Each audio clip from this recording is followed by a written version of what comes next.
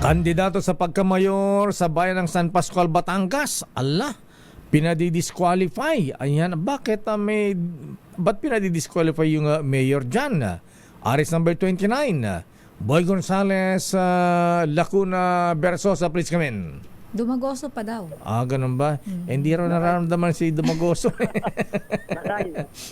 Isingit mo naman yung Dumagoso kahit sa pangatlo.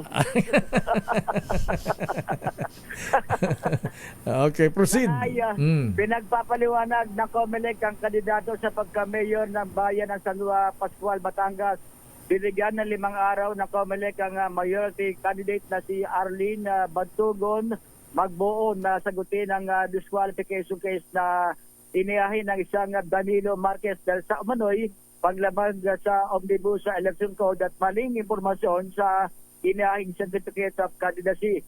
Idineklara kasi ni Magbuo na residente umano siya ng Barangay San Mateo sa San Pascual, pero ang permanent address umano nito ay sa bayan ng Mabini kung saan kinatawan si Batangas Congresswoman Jinky Beatrix Luis Ro.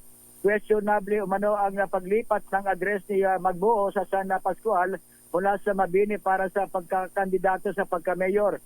Posible umano nga madiskwalipika si Magbuo bilang majority candidate ng San Pascual, Batangas kung mapapatunayan ng COMELEC na nilabag ito ang Omnibus Election Code. Ito si Boy Gonzales para sa DZRX, una sa Pilipinas, una sa Pilipino.